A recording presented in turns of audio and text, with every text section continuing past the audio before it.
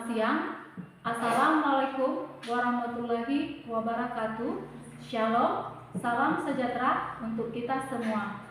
Perkenalkan, nama lengkap saya Sri Marlinawati Saragi, SPD. Saat ini saya sebagai mahasiswa PPG dalam jabatan kategori 1 Angkatan 2 tahun 2023 LPTK Universitas Papua. Nomor induk mahasiswa PPG 202381165. Saat ini saya akan melaksanakan uji kinerja praktek pembelajaran di SMA Negeri 1 Korido, Kabupaten Supiori, Provinsi Papua pada hari Senin tanggal 4 tahun 2023. Materi kapilaritas, model pembelajaran problem-based learning. Terima kasih. Pagi semuanya. Baik, Bu. Bagaimana kabarnya hari ini? Baik. Baik. Oke, mari semangat untuk belajar. Masih. Oke, terima kasih lagi untuk kesediaannya, masih tetap untuk semangat Belajar. Oke, sebelum kita mulai pelajaran, alangkah baiknya kita awali dalam doa. Oke, Ibu minta salah satu di antara kita yang bersedia membawa kita dalam doa. Oke, dipersilakan.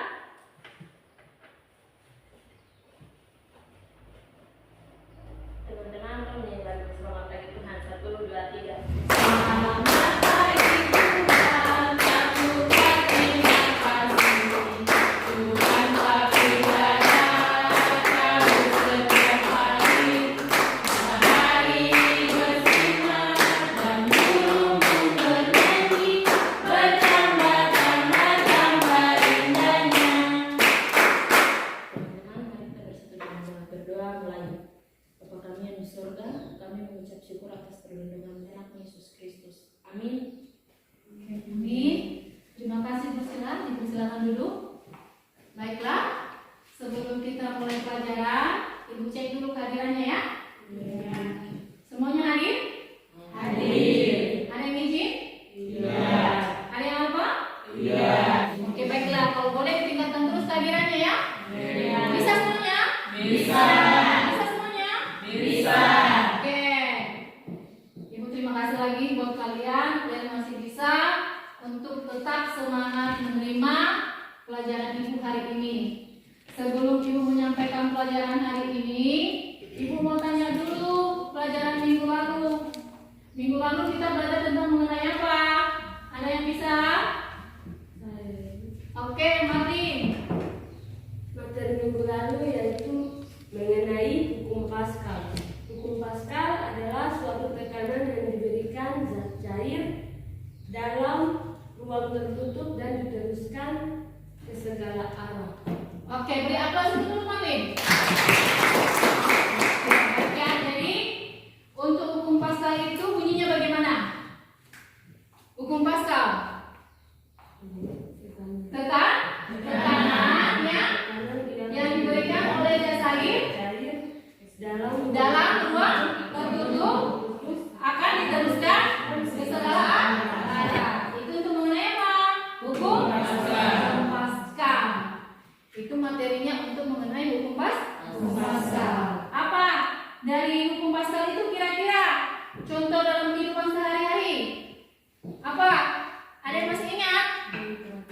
Dongkrak hidroli. Biasanya dongkrak hidroli ditemukan di mana? Di bengkel itu salah satunya apa? Kamu bilang tadi dongkrak hidroli juga ditemukan di dalam bengkel. Kalau di bengkel yang digunakan untuk apa? Dongkrak hidrolinya ganti? Iya, ganti ban. Selain itu lagi, dongkrak hidroli digunakan mana lagi? Iya, tempat pencucian mobil. Itu contoh-contoh dari penerapan hukum Paskal dalam kehidupan sehari-hari. Baiklah, sebelum kita masuk di kegiatan ini, coba kamu perhatikan layar di depan. Bisa lihat? Bisa? Bisa. Oke. Di sini kira-kira ini ada gambar apa di depan layar? Kompor.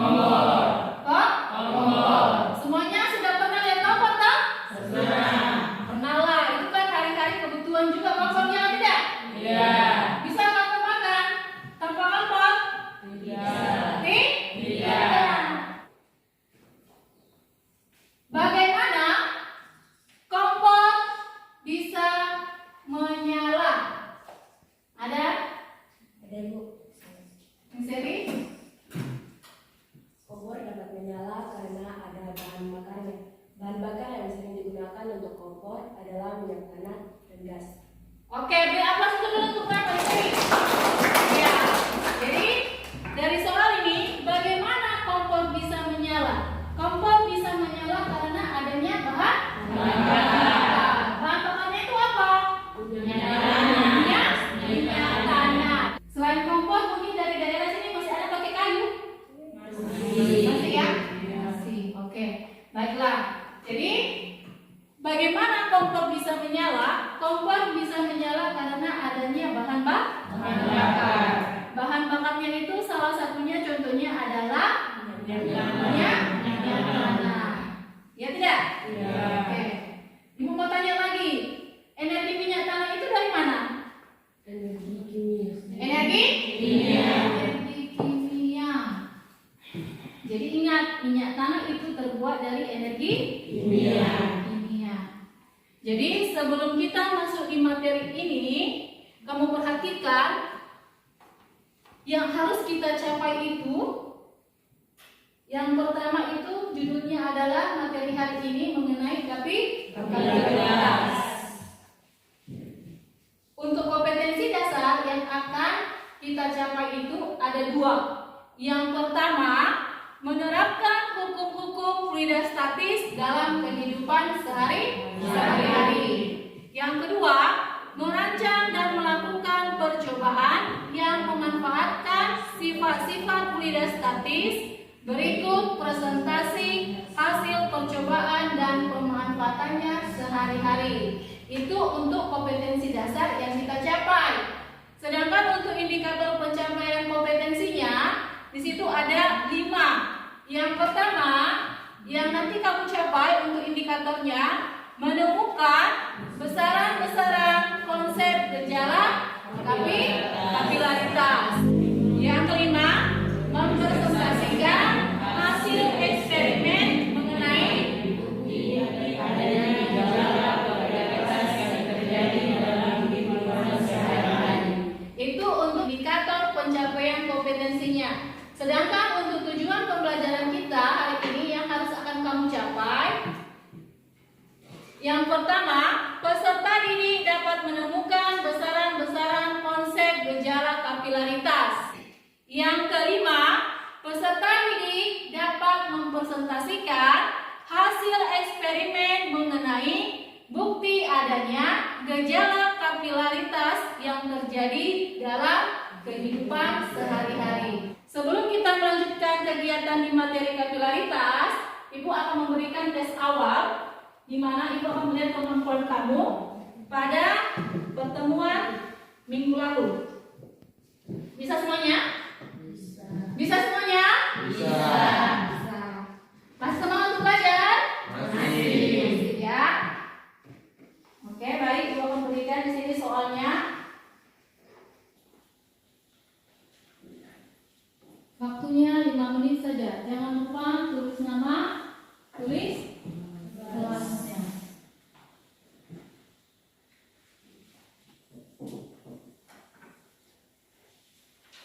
Sudah semuanya? Sudah. Oke, baik. Jika sudah, kumpul semua lembar jawabannya.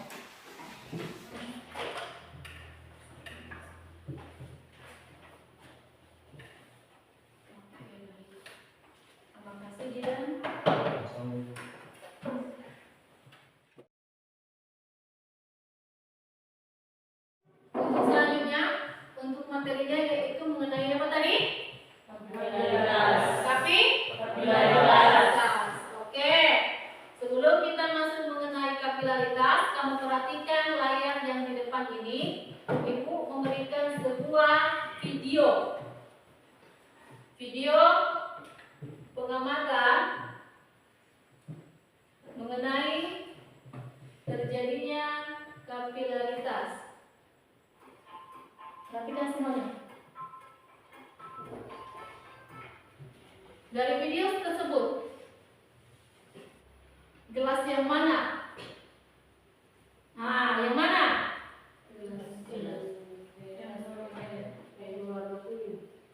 Yang berwarna kuning.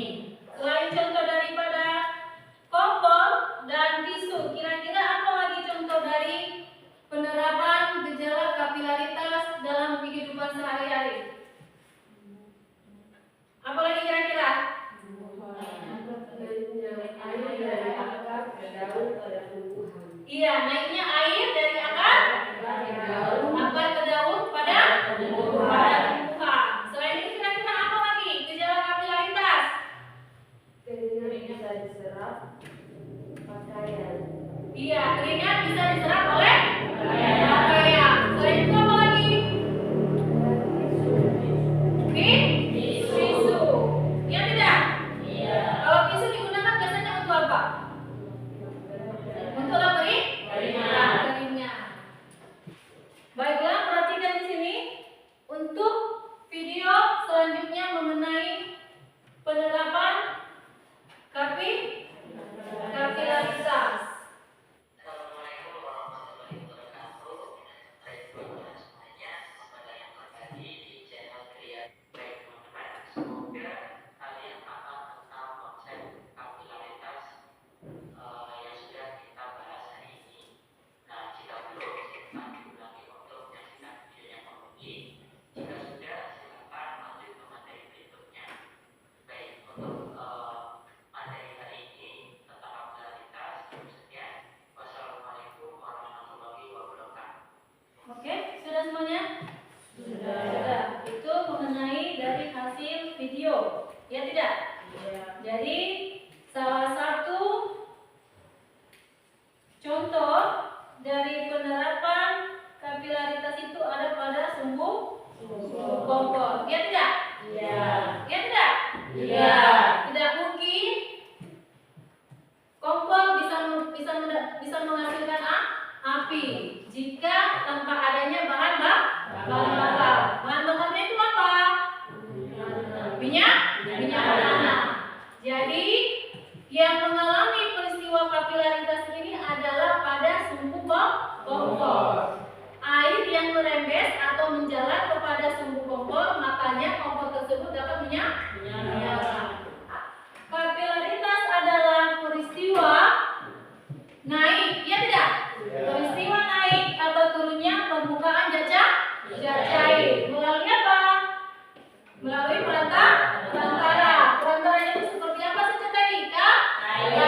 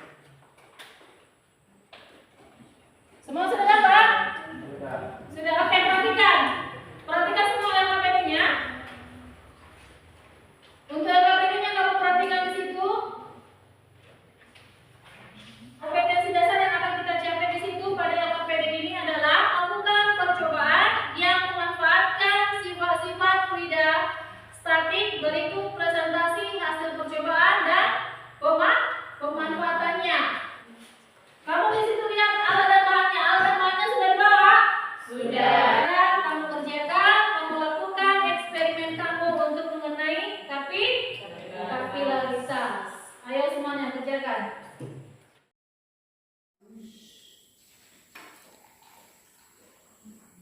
Ingat ya, airnya harus sama ukurannya.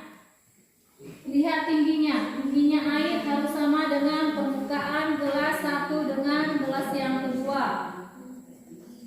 Jangan tingginya berbeda-beda. Karena di sini kamu akan mengamati yang mana yang cepat mengalami terjadinya kapilaritas.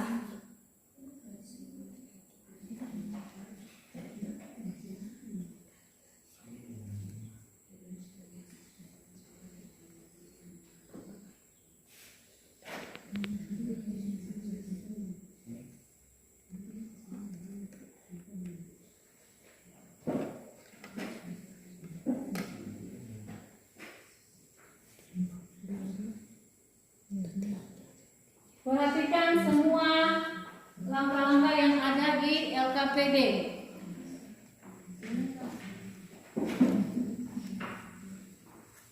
Sudah?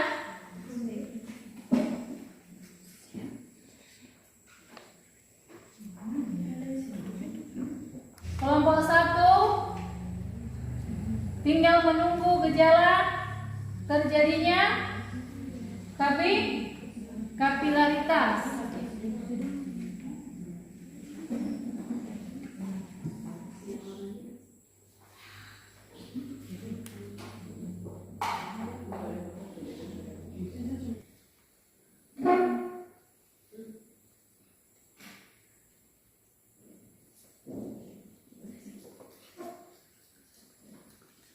Oke, tinggal kelompok 3 mengamati.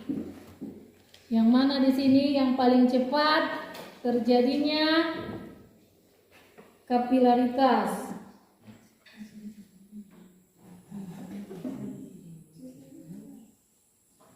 Ikuti langkah-langkahnya ya, langkah-langkah yang ada di dalam LKPD.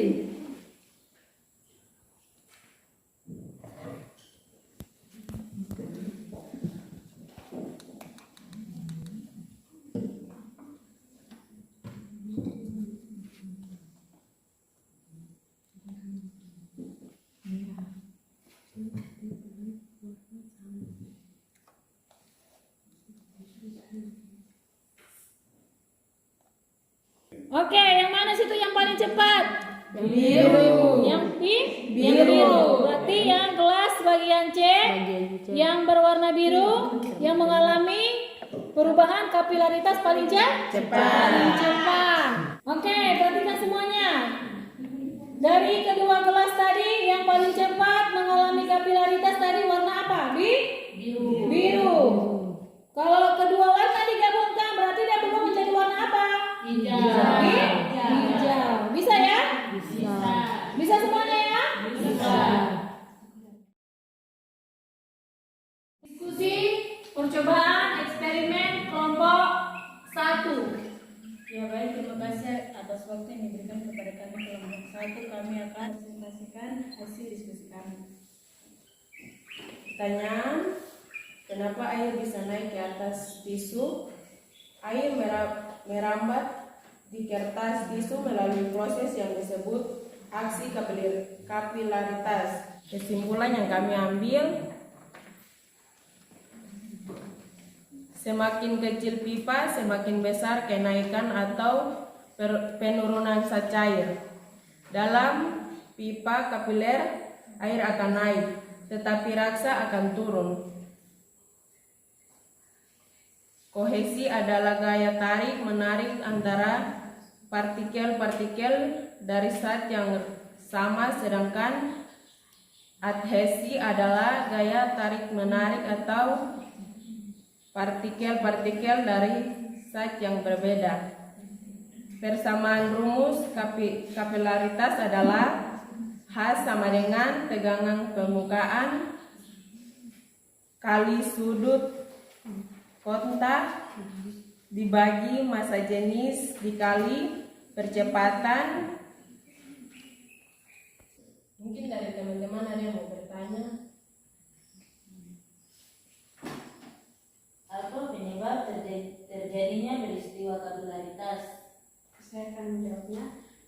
Penyebabnya sejatinya kapilaritas adalah adanya gaya adhesi dan gaya kohesi yang menentukan tegangan permukaan zat cair. Tegangan permukaan zat cair. Tegangan permukaan akan mempengaruhi besar kenaikan atau penurunan zat cair pada pipa kapiler. Ini masih ada lagi. Oke, untuk kelompok lain ada lagi yang mau menanggapi hasil dari diskusi presentasi kelompok 1. Kelompok 2 bagaimana jawabannya? Sudah puas? Sudah. Sudah? Sudah. Sudah. Oke, beri aplaus untuk kelompok 1. Apa penyebab terjadinya peristiwa kapilaritas? Saya akan menjawabnya. Penyebab terjadinya kapilaritas adalah adanya gaya adhesi dan gaya kohesi yang menentukan tegangan permukaan zat cair. Tegangan permukaan akan mempengaruhi besar kenaikan atau penurunan zat cair pada pipa kapiler. Bagaimana? Bagaimana kelompok 1? Kelompok 2, bagaimana untuk kelompok 2? Sudah bisa menerima jawaban dari kelompok 1? Sudah. Oke, untuk kelompok 1 dipersilakan duduk. Beri aplaus dulu untuk kelompok 1. Ya baik, terima kasih buat waktu yang diberikan kepada kami kelompok 2. Kami akan mempresentasikan hasil diskusi kami. Untuk itu, kami akan memperkenalkan nama. Nama saya Sidang Sumber. Perkenalkan, nama saya Marlon Dimara. Nama saya Muhammad Sene. Nama saya Adia Indawan. Perkenalkan, nama saya Julman Sawan.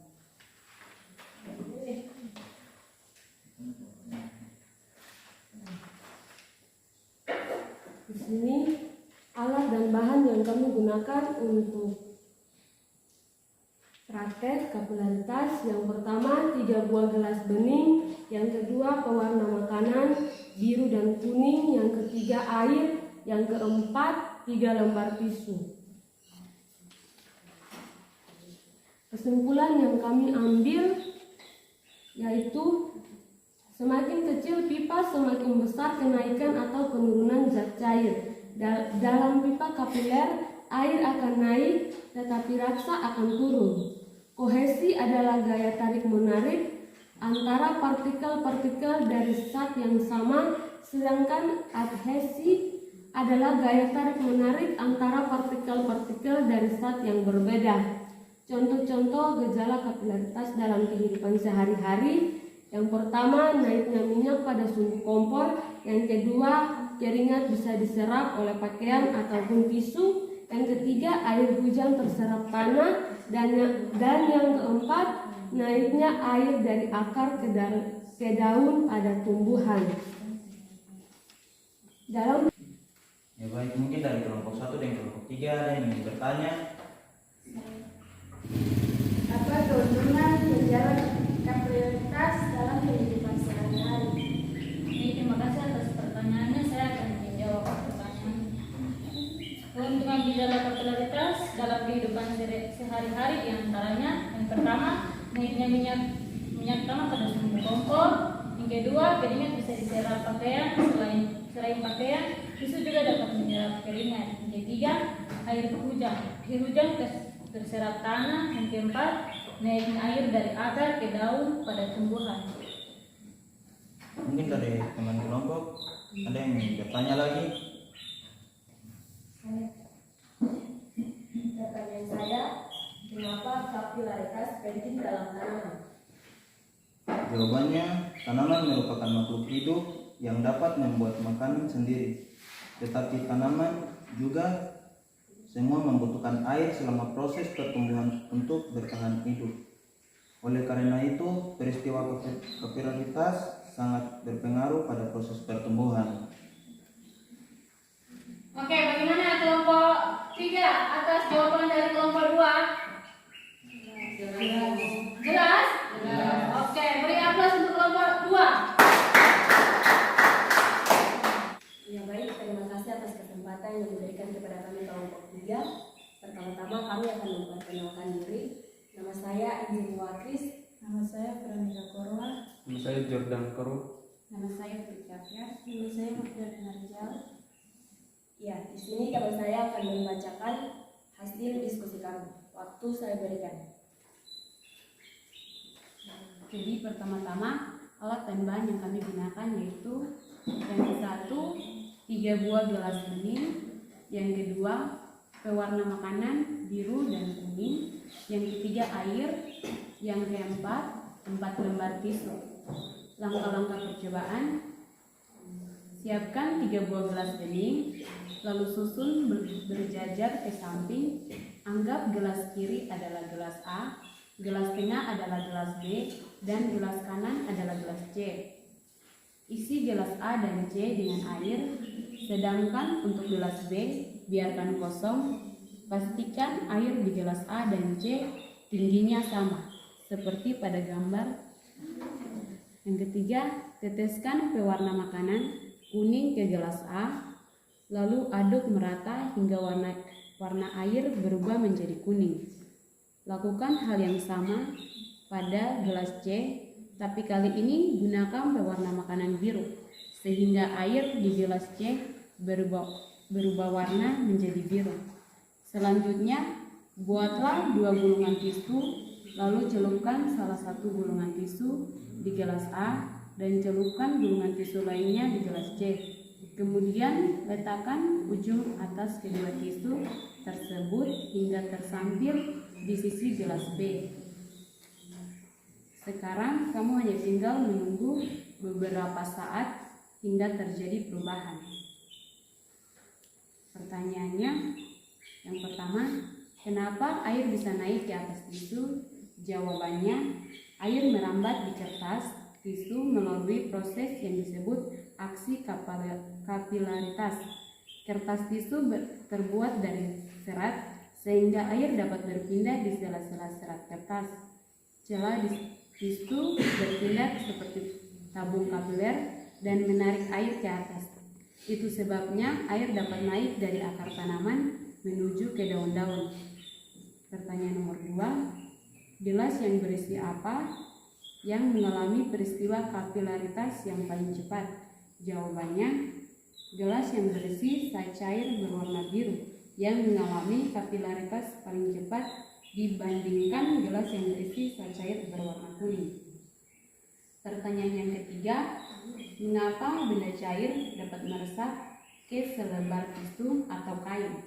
Jawabannya, benda cair bisa meresap melalui celah-celah kecil karena benda ini memiliki tekanan dan harus menempati ruang atau wadah tertentu.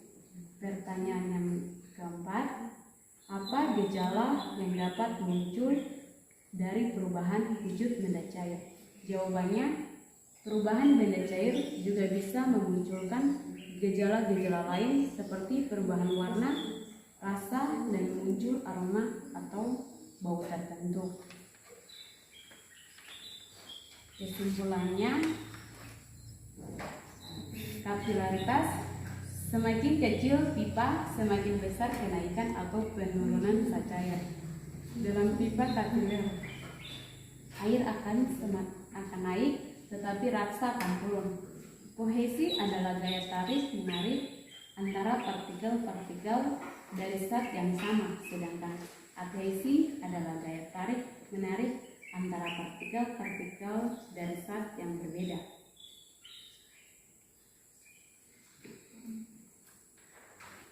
Di mana untuk mencari persamaan kapilaritas, yaitu kenaikan atau penurunan zat cair dalam pipa kapiler sama dengan 2 tegangan permukaan dikali kosinus sudut kontak dibagi massa jenis dikali gravitasi dikali jari-jari pipa kapiler.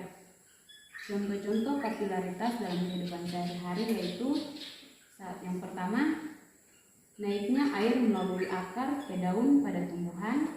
Yang kedua, naiknya minyak tanah dapat meresap pada sumber kompor. Yang ketiga, pakaian, yaitu pakaian dapat menyerap keringat dan juga tisu menyerap keringat. Mungkin itu saja. Saya kembalikan. Mungkin dari teman-teman ada yang mau bertanya?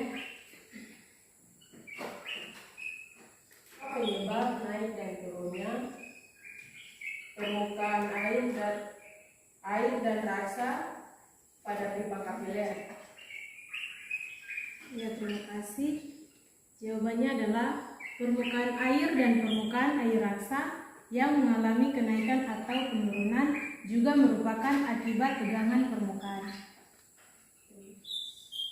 Oke, untuk kelompok 2, bagaimana untuk tanggapan dari kelompok 3? Jawabannya Jelas. jelas? Jelas. Oke, beri aplaus untuk kelompok 3. Oke, kelompok 3 dipersilakan duduk. Jadi, semua sudah jelas ya? Dari hasil percobaan yang kalian sudah lakukan, kalian sudah bisa mengamatinya toh? Iya tidak? Dari ketiga wadah tersebut, yang paling cepat mengalami perubahan kapilaritas adalah wadah C. Iya, wadah C pada zat cair berwarna biru. Sedangkan untuk zat cair berwarna kuning tidak bisa mengalami perubahan paling cepat. Sehingga dari wadah C dengan wadah A, ya tidak? Karena di wadah B kan keadaannya kosong. Jika wadah A dan wadah C tercampur, maka dia akan berubah menjadi warna hijau. Jadi sudah jelas di sini ya. Jadi dari hasil diskusi kalian ini, kita bisa dapat simpulkan bahwa terjadinya kapilaritas itu adalah peristiwa naik atau turunnya. Iya, kapilaritas adalah peristiwa naik atau turunnya permukaan zat cair melalui perantara. Contohnya tadi seperti pada pakaian, terus pada dinding pipa kapiler. Tapi di sini sudah dikatakan ya, tidak semua zat cair mengalami gejala kapilaritas yang sama. Misalnya tadi pada apa? Air dan raksa. Kalau pada pipa kapiler pada zat cair, pipa kapiler tersebut membasahi dinding. Sedangkan pada raksa tidak bisa. Karena apa? Raksa akan turun. Ya tidak? Ya. Itu perbedaan antara air dan raksa. Gaya tarik menarik antara partikel sejenis disebut apa? Gaya kohesi. Sedangkan gaya tarik menarik antara partikel berbeda jenis disebut apa? Adhesi. Sampai sini paham ya? Sampai sini paham ya semuanya ya? Oke. Untuk melihat kemampuan kalian pada saat menerima materi pembelajaran yang sudah Ibu ajarkan, Ibu akan memberikan lagi soal post-test atau kemampuan akhir kamu pada saat kamu sudah menerima materi pembelajaran. Ibu kasih waktunya 3 menit.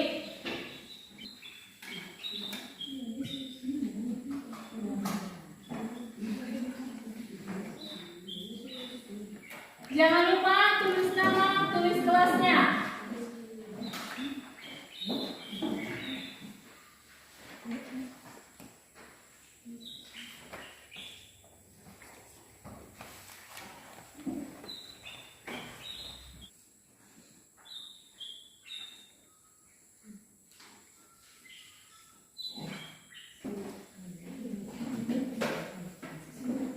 Baik, terima kasih.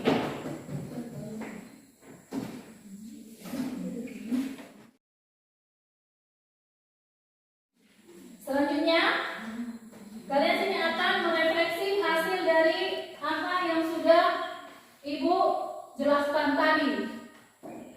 Di sini untuk refleksi ini tidak ada pengaruhnya bagi nilai kamu. Oke, baik, jangan lupa tulis nama dan kelasnya.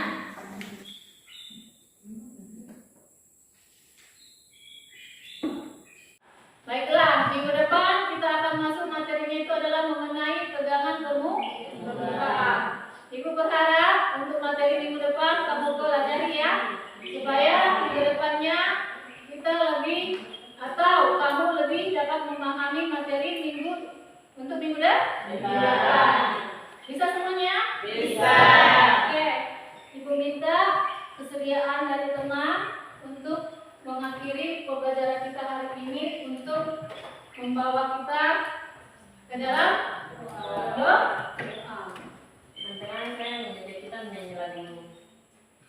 Selamat siang Tuhan. 1, 2, 3.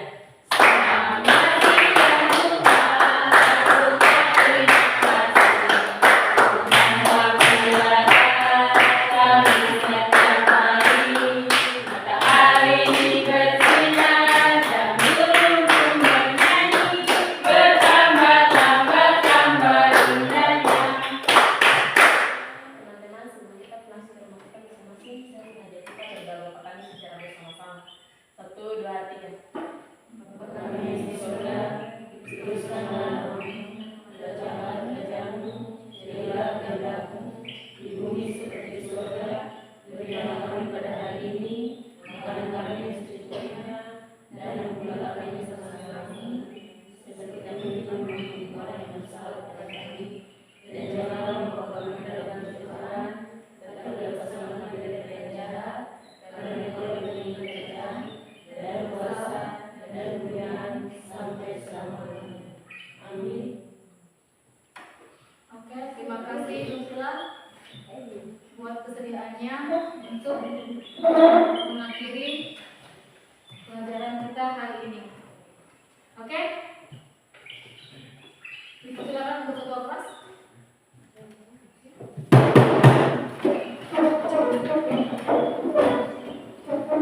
Rita